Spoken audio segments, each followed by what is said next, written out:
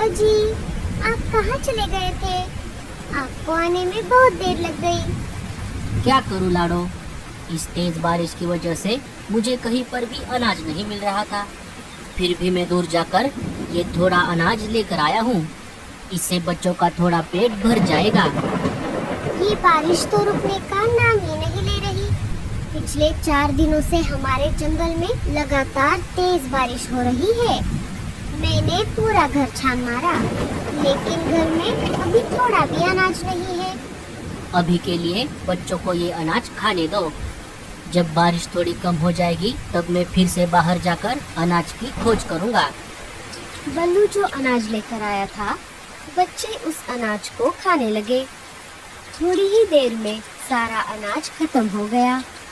Mummy, मुझे और अनाज चाहिए। मुझे बहुत भूख लगी है। हाँ मम्मी, मुझे भी। बल्लू जी, हम तो और 1-2 दिनों तक बिना अनाज खाए रह सकते हैं, लेकिन हमारे बच्चे नहीं रह सकते।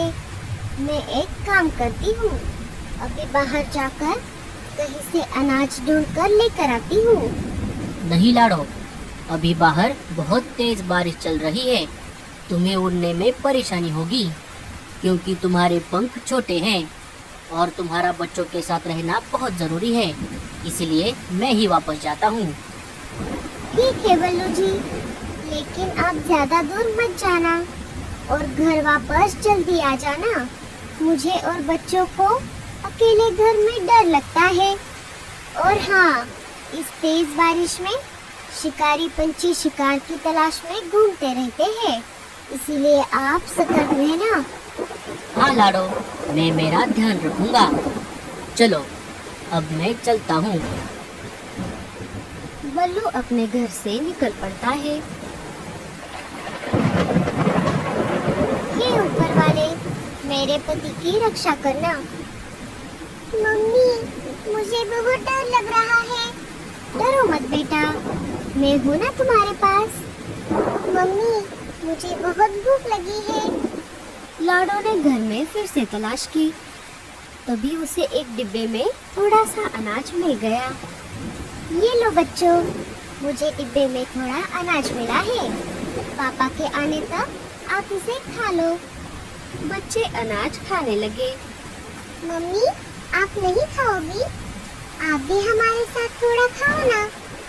नहीं बेटा, आप खा लो। मैं पापा के वापस आने के बाद खा लूंगी। बारिश और तूफान इतना तेज था कि उसमें लाडो का घोंसला जोर जोर से हिल रहा था। लेकिन लाडो इस हालात में अपने बच्चों के पास रहने के अलावा और कुछ भी नहीं कर। मैं तो एक बूढ़ी चिड़िया हूँ, मुझे मारकर तुम्हें क्या मिलेगा?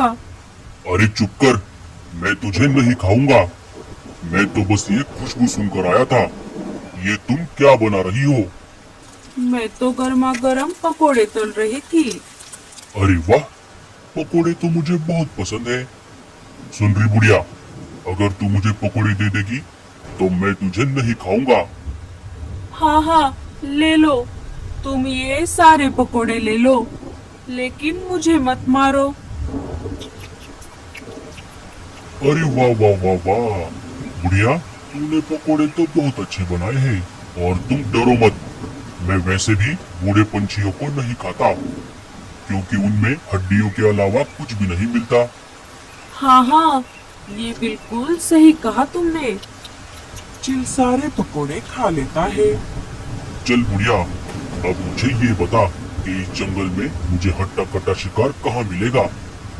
एक पूरा परिवार भी चलेगा, जिनमें बच्चे भी शामिल हो। अरे चिल भाई, मुझे भला शिकार के बारे में क्या पता होगा? मैं तो ज्यादातर घर में ही रहती हूँ। अगर तूने नहीं बताया तो मैं तुझे अभी खा जाऊंगा। अरे नहीं नहीं चिल भाई, मैं तो मजाक कर रही थी। आप एक काम करो, यहाँ से सीधा आगे जाते ही आपको एक आम का पेड़ दिखेगा। वहाँ पर 2 घोंसले हैं, एक है कालू कौवे का और एक है रानो चिड़िया का। रानो अपने घोंसले में अकेले रहती है। आप उन दोनों घोंसलों में से किसी को भी खा सकते हो। छे छे, मैं कौवे का शिकार नहीं करता और उस अकेली चिड़िया को खाकर मेरा पेट नहीं भरेगा। तुमको